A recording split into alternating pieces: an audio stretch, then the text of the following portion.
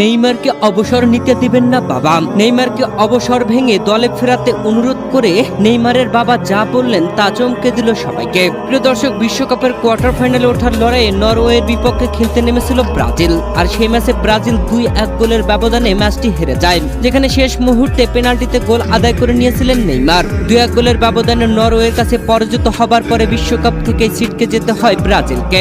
হেক্সা বিশ্বকাপ জয় পূরণের স্বপ্ন নিয়ে বিশ্বকাপে খেলতে যাওয়া ব্রাজিল হেক্সা পূর্ণ করেছে ঠিকই, তবে সেটা জয়ের নাম ব্যর্থতার। টানা 6টা বিশ্বকাপে শিরোপাহীন থাকলো ব্রাজিল। ব্রাজিলের অন্যতম সেরা খেলোয়াড়, ব্রাজিলের হয়ে সর্বোচ্চ গোলদাতা নেইমার জুনিয়র এই ম্যাচ শেষেই মাঠে কেঁদেছেন, পুরো বিশ্বকে কাঁদিয়েছেন। এরপরে অবসরের ঘোষণা দিয়েছেন। ব্রাজিলের জার্সি গায়ে আর কখনো খেলবেন না বলে স্পষ্ট করে জানিয়ে দিয়েছেন সংবাদ সম্মেলনে।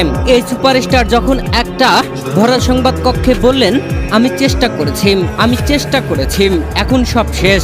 আর নেইমার অবসর নেওয়ায় তার বাবা ও দীর্ঘদিনের এজেন্ট নেইমার সান্তোস সিনিয়র ছেলের মন পরিবর্তনের জন্য সামাজিক যোগাযোগ মাধ্যমে একটি অত্যন্ত আবেগঘন ও প্রকাশ্যে বার্তা দিয়েছেন, যেখানে তিনি নেইমারকে অনুরোধ করে বলেছেন, একজন বাবা হিসেবে তোমার কাছে আমার একটাই অনুরোধ, তুমি ফুটবল খেলা চালিয়ে যাও। প্রিয় দর্শক, আপনারাও কি নেইমারের বাবার মতো নেইমারকে আবারও হলুদ জার্সিতে দেখতে চান?